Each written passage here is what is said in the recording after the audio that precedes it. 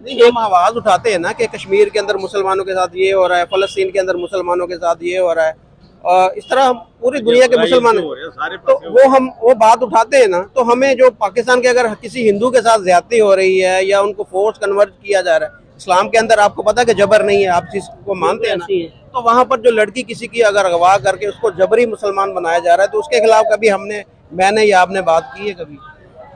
मैंने और आपने बात तो तब करनी है कि जब आपकी और मेरी आवाज सुनी भी जाए।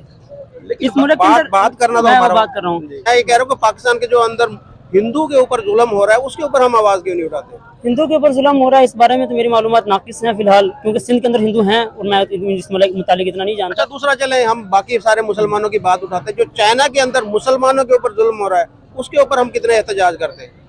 असल में बात यही है कि फिर जो है ना हमारी वो क्या उसको कहते हैं, हमारी इमदाद आड़े आ जाती है।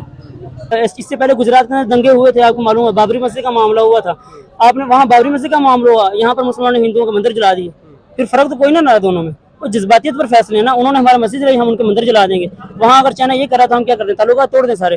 दोस्तों, आज हम मदरसा के कुछ तालिब इल्म हैं, जो स्टूडेंट हैं, उनके दरमियान मौजूद हैं और उनसे हम पूछेंगे कि पाकिस्तान के अंदर जो इस वक्त मदरसों की तालीम है वो कैसी जा रही है, और कहा जाता है कि पाकिस्तान के अंदर जो मदरसे के स्टूडेंट है वो जो साइंसी तालीम है उससे बहुत ज़्यादा दूर हैं। और इसके साथ साथ इनसे हम ये जानेंगे कि जिस तरह एक पाकिस्तानी जो मदरसे स्टूडेंट, उनसे के बारे में ये कहा जाता था और उनसे पूछा जाता स्पेशली कि उनके लिए उनका मुल्क पहले है या उनका जो मज़हब पहले है। तो ये सारी जो इस तरह के सवाल हैं हम अपने ये बच्चे जो हैं हमारे, जो इस वक्त मुस्तकबिल है हमारा, जो मदरसे के स्टूडेंट, उनसे ये इस बारे में सारी बातें करेंगे। अस्सलाम वालेकुम। वालेकुम सलाम। अच्छा, आपसे हम जानेंगे कि ये जो, पहले तो ये बताएं कि आपके लिए मुल्क पहले है या अपना मज़हब पहले है? असल में ये सवाल किया जाता है ना कि आपका मुल्क पहले है या इस्लाम पहले है, ये एक मुसलमान का ये सवाल करना बनता भी नहीं है। क्यों? क्योंकि हर मुसलमान ये बात जानता है कि ये वतन बनाया था पाकिस्तान, क्या ला इलाहा इल्लल्लाह, पाकिस्तान का मतलब क्या ला इलाहा इल्लल्लाह। तो जब आपने एक चीज़ की खमीर के अंदर, बुनियाद के अंदर आपने बेम डाल दिया है एक इस्लाम का, तो आप उसके ऊपर बनने वाली इमारत के बारे में ये सवाल कैसे कर सकते हैं कि इसका जो बेम है वो दुरुस्त है या गलत है? तो एक चीज़ की बुनियाद ही जब आपने एक चीज़ इस्लाम के ऊपर बनाई है, तो फिर आप उससे ये सवाल ना करें कि आपके लिए इस्लाम पहले है या मुल्क पहले है। हमारे लिए इस्लाम भी है और मुल्क भी है, क्योंकि इस्लाम के नाम पर ये मुल्क बना है। तो हम इस्लाम को भी लेकर चलेंगे और मुल्क को भी लेकर चलेंगे। हम इन दोनों को अलग समझते ही नहीं है, क्योंकि हमारा नज़रिया है कि मुसलमान जो है वो इस मुल्क के अंदर जिस तरह आबाद है, पूरी दुनिया के अंदर जो मुसलमान आबाद है वो हमारी तरह ही है। हम इन सरहदों को, इन चीज़ों को एक जिसको दुनियावी हक़ाइक़ के तौर पर तो मानते हैं, लेकिन नज़रियाती तौर पर हम इस चीज़ को नहीं मानते, क्योंकि इस्लाम का क्या नज़रिया यही है कि तमाम मुसलमान आपस में भाई हैं। आपकी नज़र में दोनों चीज़ें बराबर हैं? आपकी नज़र में आपके लिए मुल्क पहले है या मज़हब पहले? बिस्मिल्लाहिर्रहमानिर्रहीम। मेरा नाम मोहम्मद मुनव्वर है। तो बात ये है कि अगर ये कहा जाए कि मुल्क और इस्लाम के बारे में, तो आप ये देखें कि इस्लाम आज से तकरीबन 1400 साल पहले आया हुआ है, और मुसलमान यानी उस वक़्त से हुज़ूर पाक सल्लल्लाहु अलैहि वसल्लम ने जो मुसलमानों को तालीमात दी हैं उन पर मुसलमान अमल कर रहे हैं। और उसी अमल के सिलसिले में सहाबा कराम ने मुख्तलिफ़ जदोजहद की, उसके बारे में फिर उन्होंने जदोजहद करते करते मुख्तलिफ़ जगह पे अपने अपने वतन बनाए। तो उसी सिलसिले में पाकिस्तान भी वजूद में आया। हम कहते हैं ना पाकिस्तान का मतलब क्या, ला इलाहा इल्लल्लाह। तो इसी तरह पाकिस्तान भी बाद में बना है। तो हम जो इनको अलग अलग करेंगे ना, अलग अलग बांटेंगे, तो ये इसमें कोई ये नहीं है कि कोई फ़ायदा होगा, ये हमारा नुकसान होगा। बेशक पाकिस्तान को 70 साल हुए हैं या 75 साल हुए हैं और इस्लाम को तकरीबन 1400 साल हो गए हैं। तो अगर देखा जाए तो इस्लाम हमारी असल, जहाँ से हम आए हैं और जिस तरफ हमने जाना है, वो सिर्फ इस्लाम ही है। जो पाकिस्तान है, पाकिस्तान तो इस्लाम फैलाने का, इस्लामी निज़ाम लाने का एक ज़रिया है ना। असल तो हमने लाना क्या है, असल हमने इस्लाम लेके आना है। असल इस्लाम है और इस्लाम के तहत ही पाकिस्तान है। तो ये दोनों चीज़ें अलग अलग नहीं है, ये दोनों चीज़ें बिल्कुल इकट्ठी हैं, जमा है। और इस्लाम और पाकिस्तान ये दोनों बिल्कुल इकट्ठी हैं। इस्लाम होगा तो पाकिस्तान होगा और पाकिस्तान होगा तो इस्लाम होगा। लेकिन अल्लाह का जो कानून है, अल्लाह का निज़ाम है, पाकिस्तान नहीं भी होगा तो अल्लाह पाक इस्लाम को ज़िंदा रखेंगे और अल्लाह पाक का नाम लेने वाले रहेंगे। और ये अल्लाह पाक का यानी एक हमारे ऊपर एजाज़ है, पाकिस्तान वालों पर अल्लाह पाक का एक एजाज़ है और अल्लाह पाक की बहुत बड़ी करम नवाजी है कि अल्लाह पाक ने इस्लाम का निज़ाम वाला काम पाकिस्तान से लिया। ये जो दो कौमी नज़रिया था ना, तो इसके पीछे जिन उलमा ने और जिन लोगों ने पाकिस्तान के बनने के अंदर हिमायत की थी, तो उनके सामने एक चीज़ ये भी थी, उनके नज़रिए की एक तरह हिमायत हम यूँ भी कर सकते हैं कि وہ چاہتے تھے کہ جب برے صغیر کے اندر انگریز یہاں موجود ہے، ہندو اکثریتی عہدوں پر موجود ہیں اور اسلام کو باقاعدہ جو ہے نا وہ پیچھے بیک فوٹ پہ دھکیلا جا رہا ہے، تو ان کی کوشش ایک یہ بھی تھی کہ مسلمانوں کو جو ہے وہ ایک الگ جب وہ ایک ملک بنا لیں گے نا، ان کی اپنی حکومت آ جائے گی، تو پھر اس ملک کے اندر جو ہے آپ ایک اسلام کو مضبوط کر کے اور باقی ممالک میں پھیلا سکیں گے۔ اصل میں پاکستان کو وجود میں لانے کا مقصد بھی یہی تھا کہ اسلام کو یہاں مضبوط کر کے باقی ممالک میں پھیلایا جائے۔ تو اب یہ سوال ہونے لگ جائے کہ آپ جو ہے اسلام کو پہلے رکھتے ہیں، مسلمان کو پہلے، اسلام کو پہلے رکھتے ہیں یا ملک کو پہلے رکھتے ہیں، تو یہ سوال تو بنیادی طور پر ہی اپنی جیسے آپ نے بولا کہ جی اس ملک کے اندر اسلام کو پہلے نافذ کر کے پھر پوری دنیا کے اندر پھیلایا جائے، تو یہاں پر تو ہم ابھی بھی نہیں دیکھ رہے کہ پاکستان کے اندر اسلامی قانون ہے، یا ہم اتنے قابل ہو چکے ہیں کہ ہم باہر جا کر جیسے ہم تبلیغی جماعت ہماری جہاد ہو رہی ہے پوری دنیا کے اندر جا رہی ہے، لیکن ایک جو پوری دنیا جو دیکھ رہی ہے کہ جی پاکستان کی کیا کنڈیشن ہے، یہاں پر کیا حالات ہیں، بلکہ ایک لطیفہ کہہ لیں کہ بات لے لیں کہ وہ ایک ہمارے تبلیغی جماعت والے دوسرے ملک کے اندر جب گئے ہیں تو وہ اپنے جوتے اٹھا کر مسجد کے اندر رکھنے لگے، تو انہوں نے بولا کہ یہ آپ کیا رکھ رہے ہیں؟ انہوں نے کہا جی یہ جوتا ہم اندر رکھ رہے ہیں تاکہ کوئی اٹھا کے نہ لے جائے۔ انہوں نے پوچھا کہ آپ کے پاکستان میں جوتے اٹھائے جاتے ہیں مسجد میں سے؟ انہوں نے کہا جی اٹھائے جاتے ہیں۔ تو وہ بولے کہ تبلیغ کی ضرورت پاکستان کو ہے، تو آپ نہیں سمجھتے کہ ہمیں پہلے جو پورا دین کے اوپر چلنا چاہیے، جس طرح اسلامی قانون یا اسلام کا پورا نفاذ ہمارے پاکستان کے اندر ہونا چاہیے، پھر ہم باہر نکلے دوسروں کی طرف؟ اصل میں اسلام تین چیزوں کا نام ہے۔ ایک ہے طریقت، جس کو آپ کہتے ہیں کہ ایک شخص کی ذاتی زندگی کے اندر جو ہے انقلاب لایا جائے، اس کے بری اعمال اس کے ختم کیے جائیں، اس کے بری عادات کو ختم کیا جائے۔ دوسری چیز آتی ہے شریعت۔ شریعت کے اندر آتا ہے کہ آپ کا جو کمیونٹی سسٹم ہے، آپ جو ہے ایک اپنے ارد گرد کے ماحول کو جو ہے درست کرنے۔ تیسری چیز آتی ہے سیاست۔ سیاست کے اندر یہ ہے کہ آپ کے سامنے جو رکاوٹیں، جو مشکلات آئیں گی نا، آپ ان کو ہٹائیں۔ یہ اسلام ان تین چیزوں کے اوپر کھڑا ہوا ہے۔ تبلیغی جماعت والے سوال کی طرف بعد میں جاتے ہیں، پہلے اس پر بات کر لیتے ہیں۔ یہ تین چیزیں جب ہم کٹھی لے کر چلیں گے اور آگے اس کو اپنے کمال تک پہنچائیں گے، تو پھر جو ہے ممکن ہے کہ ہم اسلام کو نافذ کر سکیں۔ لیکن اگر ہم ایک چیز کو لے کر چلتے ہیں، یعنی ہم خانقاہ کو اندر دبک پہ بیٹھ جاتے ہیں، تو یہ رہبانیت ہو جائے گی، اسلام نے اس سے منع کیا ہے۔ اگر ہم صرف سیاست کی طرف آ جائیں گے تو آپ کے سامنے جو نری سیاست کرتے ہیں، جن کا اسلام سے تعلق نہیں ہوتا، کتنے متکبر ہوتے ہیں، اور ان کے اندر اسلام کی ذرا سی بھی رمق باقی نہیں ہوتی۔ ان کے لیے صرف حصول اقتدار ایک واحد جو ہے وہ مشن ہوتا ہے، وہ حصول اقتدار کے لیے کام کرتے ہیں۔ تو ان تینوں چیزوں کو جو بندہ ساتھ لے کر چلے گا تو پھر ہے کہ ہم اسلام کے لیے کچھ کر سکیں گے۔ دوسری بات، تبلیغی جماعت جو ہے، اب یہ سوال ہوتا ہے کہ تبلیغی جماعت باقی ملکوں میں پھر رہی ہے تو ہمارے پاکستان میں کام کیوں نہیں کر رہے؟ تو اس کا مطلب یہ نہیں ہے کہ اگر ہم اپنے ملک کے اندر اس کو کما حقوق جیسے اس کے نتائج آنے چاہیے نہیں لا رہے تو ہم باہر کے ممالک سے بے خبر ہو جائیں۔ آپ کے سامنے ہے کہ جو باہر کے ممالک سے جو لوگ مسلمان ہوتے ہیں، ان کا ایمان کتنا مضبوط ہوتا ہے۔ تو کیا وجہ ہے کہ ہم شعوری طور پر کمزور ہیں؟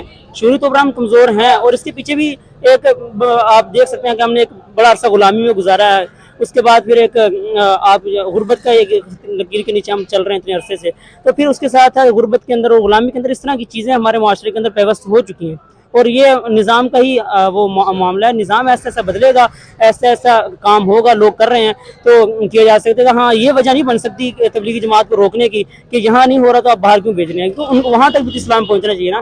ہم جو اسلام پہنچا رہے ہیں وہ تو درست ہے نا، اگر عمل میں کمزور ہے تو عمل پر کام کرنا چاہیے، اور اس کی وجہ سے تبلیغ کو تو نہیں روکنا چاہیے۔ آپ کا نام کیا ہے؟ عبداللہ جمیل نام ہے میرا۔ آپ سے یہی سوال ہے کہ آپ کے لیے اپنا ملک، اپنا وطن پہلے یا مذہب پہلے؟ آپ کی کیا رائے ہے؟ دیکھیں، جیسا کہ ابھی میرے بھائیوں نے اس والے سے بات کی ہے اور یقیناً بہت اچھی گفتگو کی ہے، تو اگر دیکھا جائے تو ہمارا جو ملک پاکستان ہے، اس کا جو قیام ہے، اس کی بنیاد کیا ہے؟ دراصل پاکستان کا جو وجود ہے، جہاں اس کی دیگر اور بھی وجوہات ہیں، سب سے مین وجہ یہ تھی کہ مسلمانوں کو ایک ماحول دیا جائے جہاں وہ رہ کر پوری آزادی کے ساتھ اپنی عبادات کریں، اور جو اسلامی تعلیمات ہیں اس کو قانون میں بھی نافذ کریں اور لوگوں میں بھی تعلیمات کو پھیلائیں۔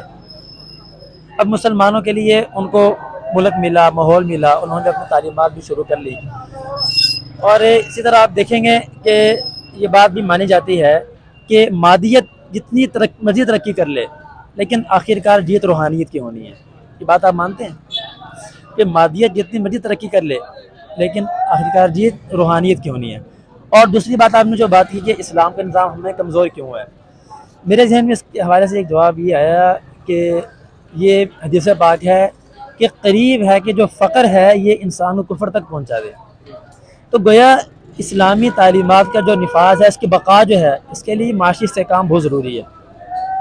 ہمارا پاکستان اس وقت معاشی استحکام پر نہیں ہے، معاشی حوالے سے بہت کمزور ہیں ہم۔ اور دوسری بات اس حوالے سے میں یہ بھی کہوں گا کہ ہر انسان کو اپنے دائرے میں رہ کر اپنی خدمات کرنی چاہیے۔ اب جو ایک عالم ہے، ایک مولوی ہے، وہ اپنا کام بخوبی سر انجام دے رہا ہے۔ جب سے یہ کام پروفیسروں اور ریٹائرڈ جنرل کے ہاتھ میں آیا ہے نا، تب سے یہ فتنے برپا ہوئے ہیں۔ جیسے آپ دیکھیں گے الحاد کا فتنہ ہے، اور اتنے فتنے ہیں کہ نام ہی ہم ان کو گن نہیں سکتے ہیں۔ اب جو نوجوان جنریشن ہے، اب بجائے یہ کہ وہ علماء کی صحبت میں آئے، وہ گھر بیٹھ کے یوٹیوب پہ بیٹھ کے ان لوگوں کو دیکھتی ہے اور اپنا ذہن بنا لیتی ہے، یعنی جو بات عقل سے اس نے سوچ لی ہے۔ اب آپ میری بات یہ تو کہ انسان کے پاس دو راستے ہیں، ایک تو یہ کہ انسان وہ راستہ اپنائے جو اس کو عقل کہہ رہی ہے، اور دوسرا وہ طریقہ ہے جو اس تک شریعت پہنچا رہی ہے۔ اور انسان کے پاس عقل میں چیز کس طرح آتی ہے، اس کی بھی 3 درجے ہیں۔ انسان آنکھ سے دیکھتا ہے، کان سے سنتا ہے، زبان سے بولتا ہے۔ اب آپ جو آنکھ سے دیکھ رہے ہیں، آپ ایک حد تک دیکھ سکتے ہیں، آپ کان سے سن رہے ہیں، آپ ایک حد تک سن سکتے ہیں۔ کیوں؟ اس کی ایک مقدار متعین ہے کہ آپ نے کتنا دیکھنا ہے، کتنا سننا ہے۔ اب اس سے یہ نتیجہ نکلا کہ انسان کی جو بنائی ہے وہ ناقص ہے، انسان کی جو سماعت ہے وہ بھی ناقص ہے۔ اب ان آنکھ اور ان کان کے ذریعے جو ہم تک جو یہ معلومات آ رہی ہیں تو وہ بھی ناقص ہے۔ اس کے مقابلے میں جو شریعت نے جو تعلیمات دی ہیں وہ کامل ہے۔ یعنی انسان جب اپنی عقل سے کسی چیز کو پرکھتا ہے، عقل کو اپنا مکمل سمجھتا ہے اور شریعت کے نظام کو کمزور سمجھتا ہے، تب یہ نظام پیدا ہوتا ہے کہ نوجوان، اور آج کے دور میں 2 بڑے جو باطل کے جو ہم پر جو ان کی چیلنج ہے وہ یہی ہے، اور ہمیں بھی اس سے دور کرنا چاہیے۔ ایک تو یہ ہے کہ خاندانی نظام کو توڑا جا رہا ہے، اور دوسری بات سب سے بڑی مین وجہ جو اس فساد کی ہے کہ نوجوان نسل کو ان کے بزرگوں سے، ان کے علماء سے دور کیا جا رہا ہے۔ اچھا سر، آپ سے میں ایک بات پوچھوں گا، جو آپ نے جیسے بات کی کہ پاکستان کو بنایا گیا کہ یہاں پر جو مسلمان ہیں وہ اپنی آزادی کے ساتھ اپنی مذہبی جو عبادات وہ ہے وہ کر سکے، تو انڈیا کے اندر بھی مسلمان ہیں، جتنے پاکستان کے اندر مسلمان ہیں تقریباً اس سے زیادہ ہی اب انڈیا کے اندر مسلمان ہیں۔ تو ابھی کبھی کبھار کوئی اکا دکا واقعات ایسے آ جاتے ہیں کہ جو جس طرح کوئی مسلمان ہندو کی لڑائی ہو جاتی ہے، لیکن اوورآل وہاں پر جو ہے حالات ٹھیک ہے۔ مسلمان، میرے بات بھی ہوتی رہتی ہے وہاں پر، مسلمان جو ہے وہ کہتے ہیں جی ہم یہاں پر بالکل ٹھیک ہے۔ اچھا، یہاں پر اگر ہندوؤں کی بات کی جائے، جب پاکستان بنا ہے تو یہاں پر 26% جو ہے مائنورٹی تھی پاکستان کے اندر، تو اب وہ کم ہو کے 2% رہ گئی ہے۔ تو ایز اے مسلمان، جیسے ہمارے اوپر یہ ذمہ داری عائد نہیں کہ ہمارے پاس جو مائنورٹی تھی ہمیں ان کا خیال بھی رکھنے کی ضرورت تھی کہ یہاں پر وہ کیوں ایسے ان کے ساتھ حالات جو ہیں وہ پیش آئے کہ وہ اس ملک کو چھوڑ کر باہر جا رہے، اس میں ہماری ذمہ داری کوئی عائد نہیں ہوتی ہم پر بھی؟ ہماری ذمہ داری تب عائد ہوتی ہے کہ جب ہم نے یہ کام مطلب کیے ہوتے، ہم حکومت میں آتے، اور حکومت میں آنے کے بعد ہم نے ایسے قوانین بنائے ہوتے ہیں کہ جس سے ہمارے جو ہے نا، ہم آواز اٹھاتے ہیں نا کہ کشمیر کے اندر مسلمانوں کے ساتھ یہ ہو رہا ہے، فلسطین کے اندر مسلمانوں کے ساتھ یہ ہو رہا ہے، اور اس طرح ہم پوری دنیا کے مسلمان، تو وہ بات اٹھاتے ہیں نا، تو ہمیں جو پاکستان کے اگر کسی ہندو کے ساتھ زیادتی ہو رہی ہے یا ان کو فورس کنورٹ کیا جا رہا ہے، اسلام کے اندر آپ کو پتا کہ جبر نہیں ہے، آپ چیز کو مانتے ہیں نا، تو وہاں پر جو لڑکی کسی کی اگر اغوا کر کے اس کو جبری مسلمان بنایا جا رہا ہے، تو اس کے خلاف کبھی میں نے یا آپ نے بات کی ہے؟ کبھی میں نے اور آپ نے بات تب کرنی ہے کہ جب آپ کی اور میری آواز سنی بھی جائے۔ اس ملک کے اندر بات کرنا تو میں ہمارا بات کر رہا ہوں، کون سا مسلمان غیرت مند ایسا ہوگا کہ فلسطین کے اندر ایک مسلمان کا کانٹا بھی چبھتا ہے کسی غیر کی طرف سے تو ہمارا دل نہیں دکھتا؟ ہر مسلمان کا دل دکھتا ہے۔ کہیں پر گستاخی ہوتی ہے تو آپ کے سامنے ہے کہ پورے ملک میں مظاہرے کیے جاتے ہیں۔ ایک مسلمان کا خون، ایک غیرت مند مسلمان کا خون جو ہے ایسے واقعات پر گردش میں آتا ہے اور جوش میں آتا ہے اور اس کا اظہار بھی کرتا ہے، لیکن پھر بات وہیں آ جاتی ہے کہ ہمارے حکمران آگے جو ہے نا رد عمل دیں گے، کیونکہ کسی ملک کے سفارتی تعلقات جو ہوتے ہیں نا وہی آپس میں معاملات طے کرنے سے سفارتکاری ہوتی ہے۔ وزیر خارجہ سے بات کرے گا، وزیر اعظم سے بات جا کر کرے گا، تو ہمارے اور آپ کے اوپر ذمہ داری تو اس صورت آئے گی نا کہ جب ہمارے ہاتھ کے اندر اقتدار بھی ہو اور ہم نے کچھ کیا بھی ہو۔ لیکن جب ہمارے ہاتھ میں کچھ ہے ہی نہیں، طاقت ہی نہیں ہے، اقتدار ہی نہیں ہے، تو ہم آواز اٹھانے کے سوا کر کیا سکتے ہیں؟ نہیں، آواز بھی نہیں نا اٹھاتے ہم، آواز اٹھاتے ہیں، آپ کے سامنے مظاہرے نہیں ہوتے؟ نہیں وہ تو کشمیر اور فلسطین کے اوپر یا دوسرے ملکوں میں یہ کہہ رہا ہوں کہ پاکستان کے جو اندر ہندو کے اوپر ظلم ہو رہا ہے اس کے اوپر ہم آواز کیوں نہیں اٹھاتے؟ ہندو کے اوپر ظلم ہو رہا ہے اس بارے میں تو میری معلومات ناقص ہیں فی الحال، کیونکہ سندھ کے اندر ہندو ہیں اور میں اس متعلق اتنا نہیں جانتا۔ اچھا دوسرا چلیں ہم باقی سارے مسلمانوں کی بات اٹھاتے ہیں، جو چائنا کے اندر مسلمانوں کے اوپر ظلم ہو رہا ہے اس کے اوپر ہم کتنے احتجاج کرتے ہیں؟ اصل میں بات یہی ہے کہ پھر جو ہے نا ہماری وہ کیا اس کو کہتے ہیں، ہماری امداد آڑے آ جاتی ہے یہاں پر جو ہے، پھر آپ کو ویسے پتا کہ چائنا کے اندر مسلمانوں کے اوپر ظلم ہو رہا لاہور کے مسلمانوں کے اوپر ہو رہا ہے، ہمیں معلوم ہے، صبح سنکیانک ہے غالباً وہاں پر ہیں، تو ہو رہا ہے وہاں پر ظلم، بالکل ہو رہا ہے، اور جانتے ہیں، تمام مسلمان جانتے ہیں، لیکن ہے؟ آپ کوئی جلوس نہیں نکلا، کبھی کوئی احتجاج نہیں ہوا؟ نہیں نکلا، آپ نے کبھی میڈیا پر بھی جنی بھی ظلم ہوئے نا جی کدی کسی نے آواز نہیں اٹھائی۔ نہیں اٹھائیں ਉਹਦੀ ਕੀ ਵਜ੍ਹਾ? ਉਹਦੀ ਵਜ੍ਹਾ ਇਹ ਹੈ ਸਰਬਰਾਹ ਸਾਰੇ ਨਾਲ ਰਲੇ ਹੋਏ ਇੱਕ ਦੂਜੇ ਦੇ ਨਾਲ, ਜਿੱਧਰੋਂ ਮਾਲ ਮਿਲਦਾ ਉਹਨਾਂ ਨੇ ਤੇ ਉਧਰ ਹੀ ਹੋਣਾ ਵਾ ਜੀ۔ بات وہی ہے نا کہ جب آپ کے چائنا آپ کے تین اطراف کے اندر جو ہے، آپ چار اطراف کی طرف سے آپ چار ممالک ہیں، آپ کے چوتھی طرف آپ کا سمندر ہے، ایران کے ساتھ بھی بگڑی رہتی ہے اکثر، افغانستان کے ساتھ ہم نے خود بگاڑ لی، آپ وہ سمجھ رہے ہیں کیسے، ٹھیک ہے، افغانستان آپ خود بگاڑ لی، انڈیا آپ کو کبھی تسلیم نہیں کر سکتا، ایک طرف آپ کا چائنا بچتا ہے، خطے کے لحاظ سے بھی ہمارے حکمران جو ہیں اب اس کی مجبوری ہے چائنا کے ساتھ بنا کے رکھنا۔ اب ایک بڑے نفع کے لیے ہم اس چیز کو اگر ہائی لائٹ کریں گے نا، اس چیز کو اگر ہم اٹھا کر لائیں گے سامنے، تو ہم اسے بھی بگاڑ بیٹھیں گے، تو ایک بڑا فائدہ جو ہو رہا ہے اس کی وجہ سے اس طرح کے جو ہے نا جو اپنے ساتھ زیادتی برداشت کرنی پڑتی ہے۔ چند لاکھ مسلمان یہ خیر ان کی چند جانوں لاکھ نہیں ہے، ایک بھی ہو تو غیرت مند ہے، لیکن جب آپ اس کو ایک بڑے نظر سے دیکھیں گا تو آپ دیکھیں کہ اس خطے کے اندر آپ نے وجود بھی تو برقرار رکھنا ہے۔ اگر چائنا آپ کی مدد نہ کرتا، اب تک چائنا کی مدد نہ کرتا تو آپ کو کہاں تک دھکیل چکا ہوتا؟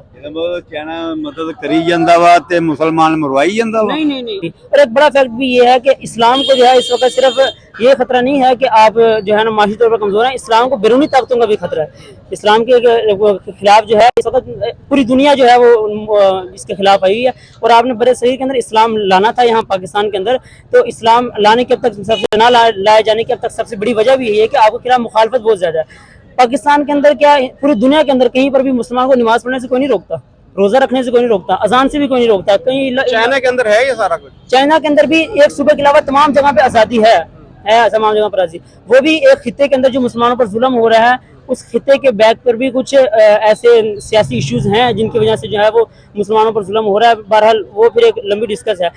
صرف یہی نہیں دیکھا جا سکتا کہ ان پر ظلم ہو رہا ہے تو ہم آواز اٹھا دیں، آپ اپنا خطہ بھی تو برقرار رکھنا ہے، یا آپ نے پاکستان آپ بنایا اس کے یہ تو نہیں ہے کہ اگر کہیں پر مسلمان ظلم ہو رہا ہے آپ اپنا خطہ ہی بیچ دیں گے، سارا اس کو بہا کے ان کے حوالے کر دیں گے، تو اس لیے جو ہے ایک بڑے نفع کے لیے نا کبھی کبھی اس طرح کے مسائل جو ہے وہ برداشت کرنے پڑتے ہیں، اور ہم برداشت کر رہے ہیں۔ یعنی آپ کا دوست اگر آپ کے بھائی کے اوپر ظلم کرتا ہے تو آپ اپنی دوستی کو بچائیں گے، اپنے بھائی دوستی کو کو نہیں بچائیں قربان گے، کر دیں گے؟ میرے سامنے جب یہ ہوگا نا کہ اگر میں اس سے بدلہ لینے جاؤں گا تو یہ میرے باقی خاندان کو بھی ختم کر دے گا۔ بدلہ آپ لیں یا نہ لیں، کم از کم احتجاج تو کریں، بات تو کریں۔ بات دا دین دی، بات دین دے وچ رعایت کسے نوں نہیں ہے گی۔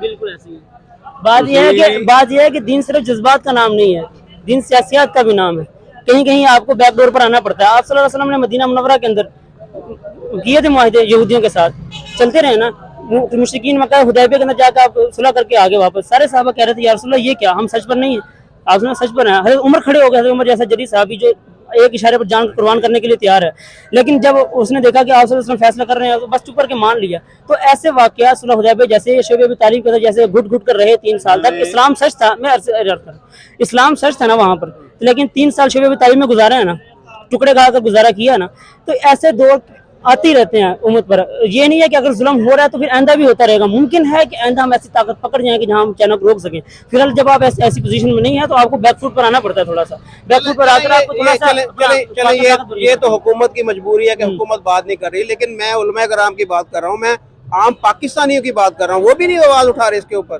بالکل آواز نہیں اٹھا رہے، پھر یہ آپ کی کمزوری ہے، آواز اٹھائیں ہیں جن کے خلاف آپ نے آواز اٹھائی ہے ان کے لیے آپ نے کیا کر لیا، چائنا فرانس کے لیے آپ نے کیا کر لیا، فرانس کے لیے آپ نے اس سے پہلے گجرات میں دنگے ہوئے تھے، آپ کو معلوم ہے، بابری مسجد کا معاملہ ہوا تھا، آپ نے وہاں بابری مسجد کا معاملہ ہوا، یہاں پر مسلمانوں نے ہندوؤں کے مندر جلا دیے، پھر فرق تو کوئی نہ رہا دونوں میں، وہ جذباتیت پر فیصلے ہیں نا، انہوں نے ہمارا مسجد رہی، ہم ان کے مندر جلا دیں گے، وہاں اگر چائنا یہ کرا تو ہم کیا کر دیں، تعلقات توڑ دیں سارے، ताल्लुकात अगर तोड़ देंगे तो अब इसको आप जज्बातियत की नज़र से देखेंगे तो ज़ाहिर बात है गलत है, लेकिन आप इसको एक वसी पैराए में देखें ना कि आपने यहाँ पर डिलीवर करना है, इस मुल्क को लेकर चलना है आगे, तो इसके लिए ये सियासी ताल्लुकात आपके ज़रूरी हैं, इनको बाकी रखेंगे तो फिर आप आगे कुछ कर पाएंगे, वरना आप इससे भी जाते रहेंगे। कि दुनिया के अंदर जिस तरीके से इस वक्त साइंस और टेक्नोलॉजी के अंदर तरक्की हो रही है, आया आप समझते हैं कि जो हमारे मदरसों के अंदर तालीम दिलवाई जा रही है वो उसको अगर कंपेयर किया जाए साइंस और टेक्नोलॉजी से तो हम कहाँ पर खड़े हैं? बुनियादी तौर पर ना ये सवाल जो है एक मुगालते पर मबनी है। हम मदारिस के निज़ाम को लेकर साइंस के साथ जो है ना मुकाबला करते हैं मदारिस के निज़ाम को। मदारिस का ये बेसिकली मिशन है ही नहीं।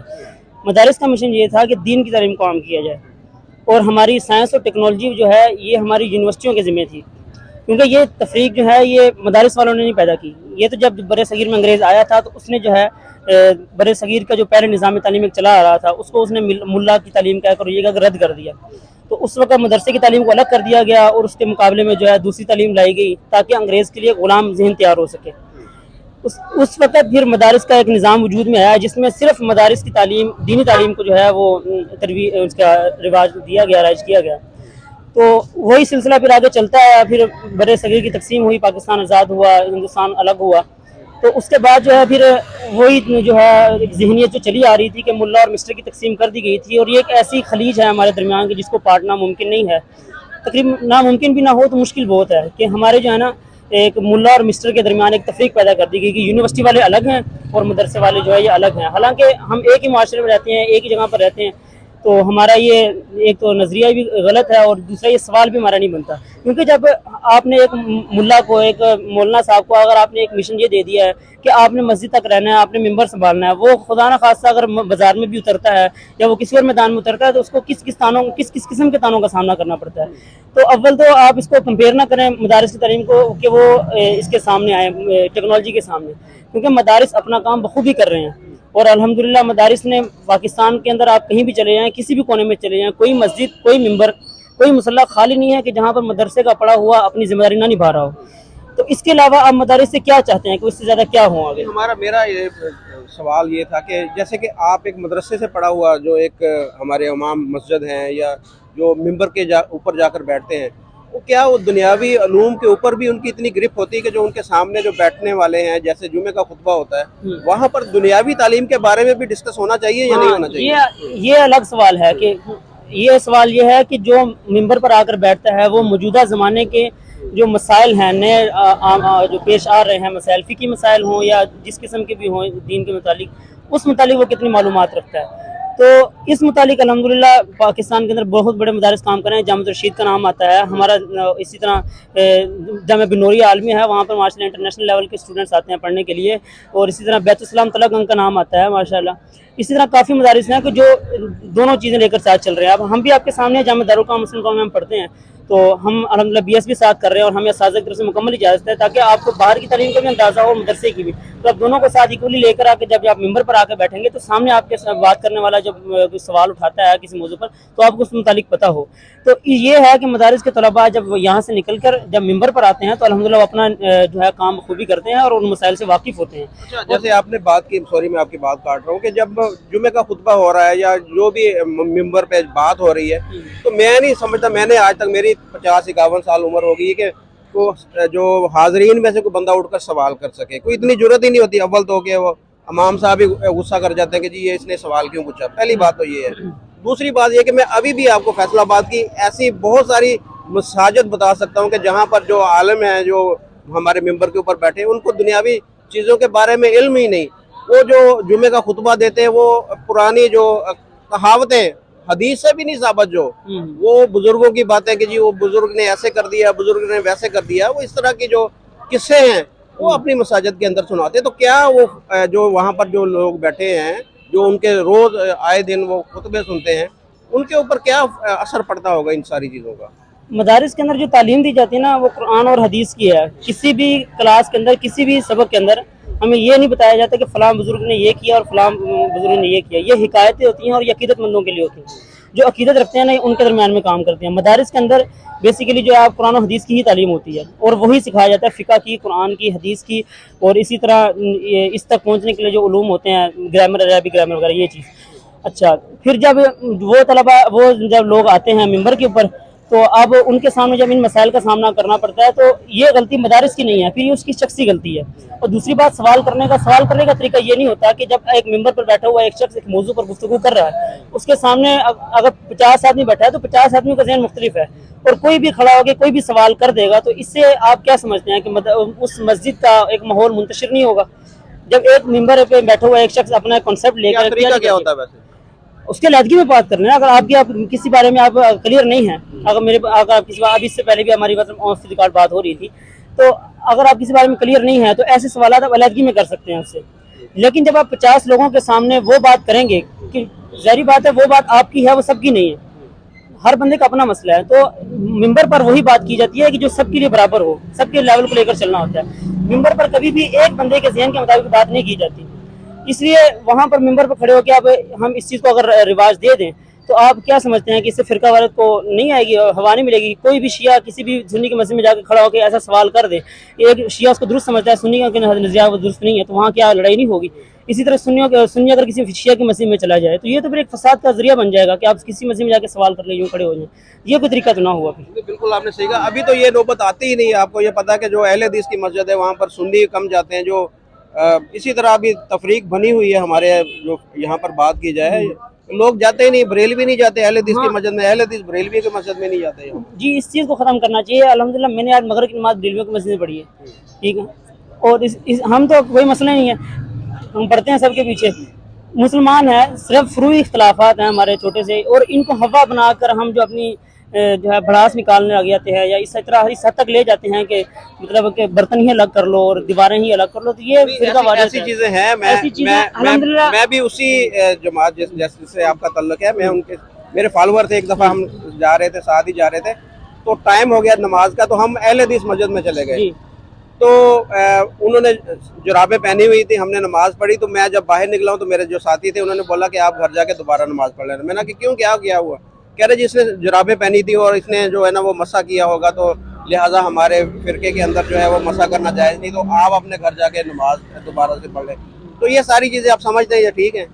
ये सारी चीज़ें जो हैं फ्रूई इख्तलाफात हैं, जो जुराबों पर मसा कर रहे हैं, आप बात जो है वो फिकी मसाइल की तरफ चली जाएगी, तो आपका जो है असल जो है सवाल, थोड़ा सा शॉर्ट आपको ये बता रहा हूँ कि हर फिका के अंदर ना 4 फिके हैं ना बड़ी, उनके अंदर कुछ उसूल हैं, और दोनों तरफ दलाइल भी हैं, दलाइल के जवाबात भी हैं, एक लंबी बहस होती है, और इस पर हज़ार सफ़ात की बहस लिखी जा चुकी हैं और की जा चुकी हैं, और इन चीज़ों को आवाम के सामने लाकर हम तफरीक के सिवा कुछ नहीं कर सकते, क्योंकि एक मिंबर पर बैठने वाले का मकसद और हुजूर अलैहिस्सलाम की जो तालीमात थी, उसका मकसद लोगों को दीन की तरफ लाना था और अल्लाह पाक से जोड़ना था, और उसके पीछे ये था कि एक माशरे को इस तरह मुरतब किया जाए कि वो एक अल्लाह के मानने वाले, एक रसूल के मानने वाले और उस तरीके पर चलने वाले हों।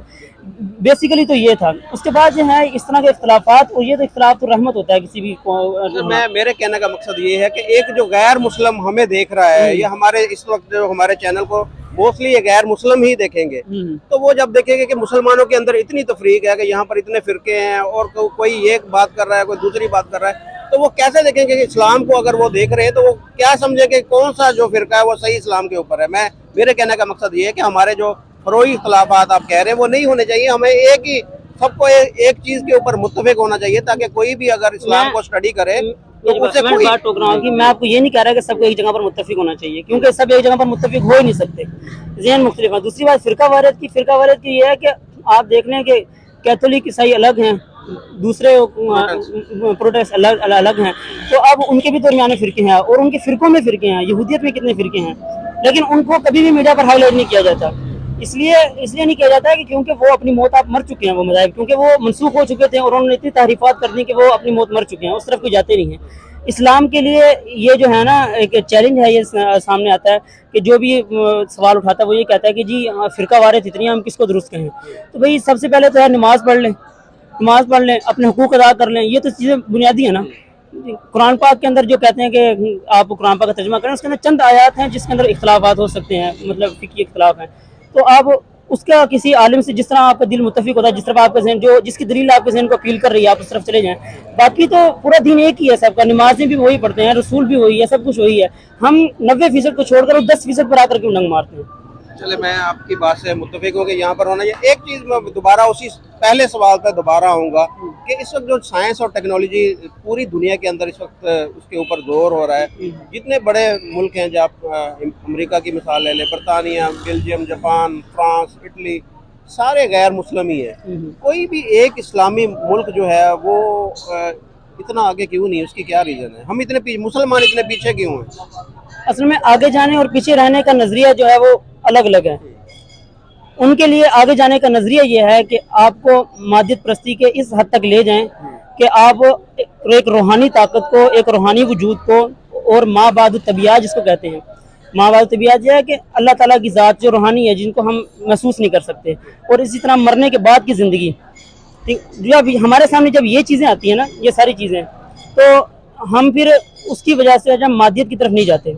मौलाना अली नदवी साहब हैं, उनकी किताब है इस्लामियत और मगरबियत की कशमकश, उन्होंने उसके अंदर बड़ी सराहत के साथ लिखा है। क्या लगा कि हमारे जो नज़रियात है ना, हमारे जो निज़ाम इस्लाम ने हमें जो मिजाज दिया है, वो मिजाज इस्लाम ने हमें आखिरत के हवाले से दिया है, और दुनिया में इतना कामयाब होना ज़रूरी है कि आप जो है अल्लाह और उसके रसूल की नाफरमानी से बाहर ना निकलें।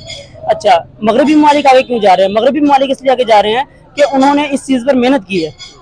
हमारे यहाँ इस चीज़ में मेहनत नहीं है, ये बुनियादी बात है। हमारे यहाँ इस चीज़ में मेहनत नहीं है। एक तो कंसेप्ट का फर्क है, दूसरी बात यह है कि हमारे यहाँ इस साइंस के ऊपर मेहनत नहीं है। इस साइंस के ऊपर मेहनत क्यों नहीं है, ये सवाल आप यूनिवर्सिटी के स्टूडेंट से करें, ये आप इंजीनियर से करें। बिल्कुल, मैं उनका ये बात शोभा समझ ये रहा हूँ कि आपने बोला कि हमारी इस चीज़ पर मेहनत नहीं, तो हमारी इस्लाम के ऊपर भी मेहनत नहीं है ना। अगर हम हमारे मुल्क का जो देखें ना, इस्लाम के नाम पर बना ये पाकिस्तान, तो यहाँ पर इस्लामी निज़ाम है। आप देख रहे हैं कि यहाँ पर है जो जिस मकसद के लिए ये मुल्क बना था, इस्लाम है। चले उसके ऊपर ही हम मेहनत कर लेते हैं। जैसे हम हमारी जो है दुनियावी तालीम के ऊपर या दुनियावी जो तरक्की है उसके ऊपर मेहनत नहीं है, तो इस्लामी जो कायद हैं, इस्लामी जो एक कानून है, इस्लामी एक लॉ है, उसके ऊपर कौन सी हम यहाँ पर मेहनत कर रहे हैं?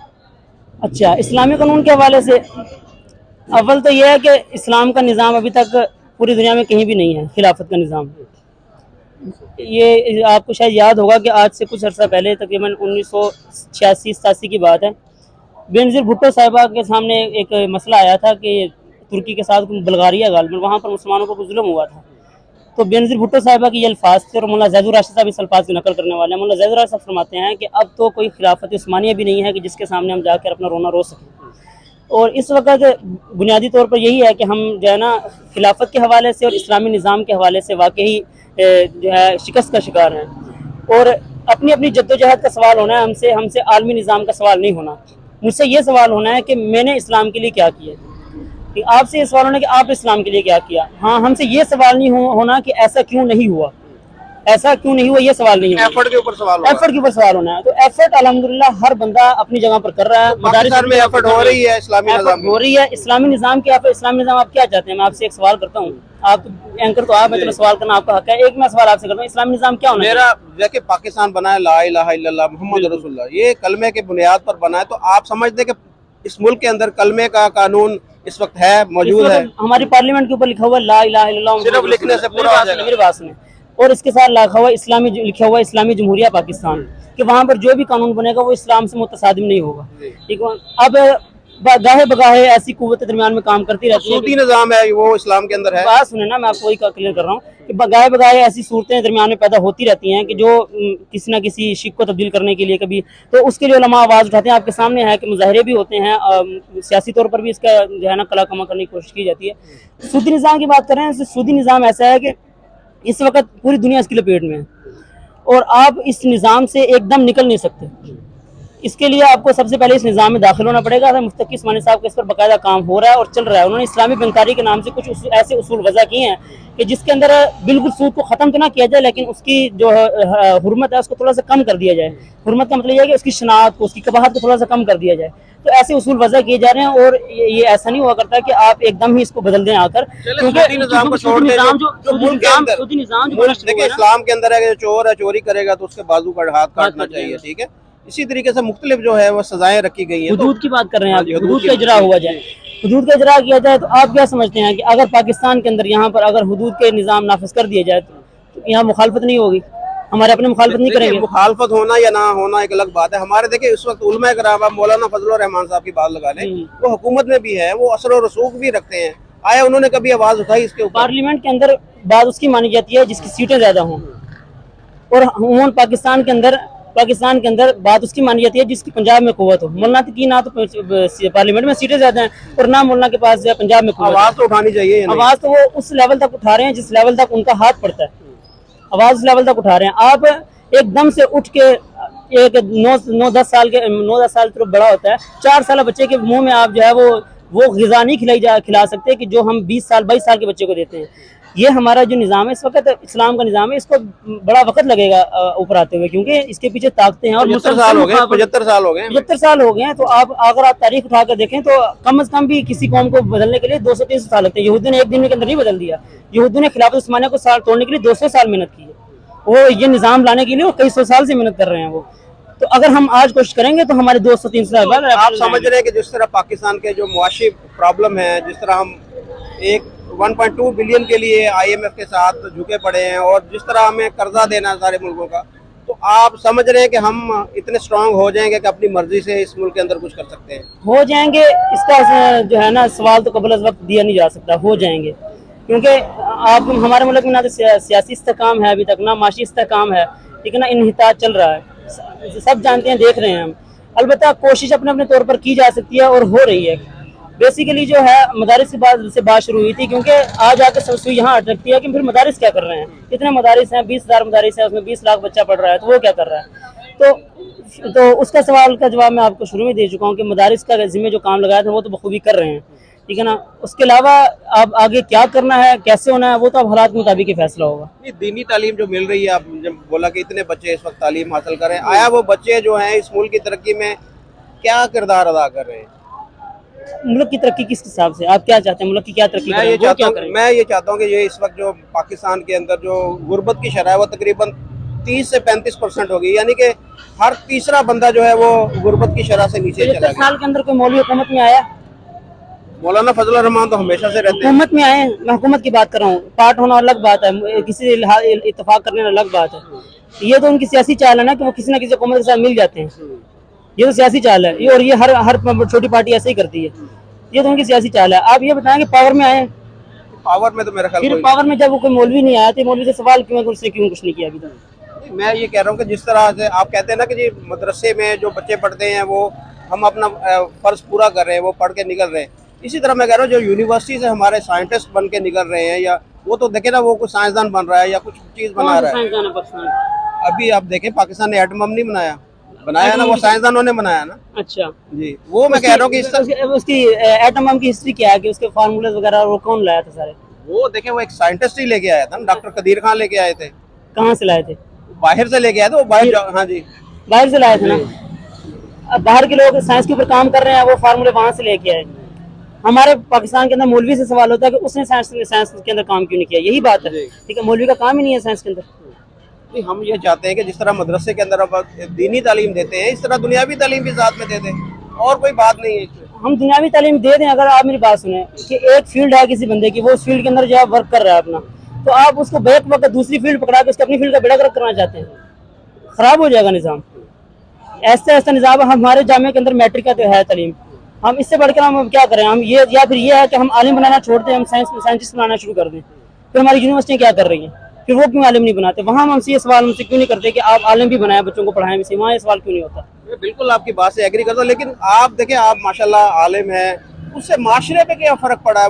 ये चीज़ है ना कि वो दुनिया के अंदर जो भी बात करता है, पाकिस्तान की बात करता है कि यहाँ पर जो है वो करप्शन है, हर बंदा यहाँ पर करप्ट है, हर बंदा यहाँ पर 2 नंबरी करता है, सीधी सी बात है। तो नहीं, देखिए आप लोगों ने ये माशरा चेंज करना। आप कह रहे हैं जी हम आलम बन गए हैं, आलिम ने ये सारे सब लोगों को समझाना है। मैंने कोशिश करनी है कि जहाँ मैं जुमा पढ़ा रहा हूँ, जो लोग मेरे साथ उठते बैठते हैं, जहाँ तक मैं अपनी आवाज़ पहुँचा सकता हूँ, मैंने वहाँ तक कोशिश करनी है।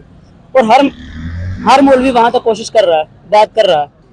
अब उसके नताज क्यों नहीं आ रहे, इसका सवाल मौलवी से क्यों किया जा रहा है?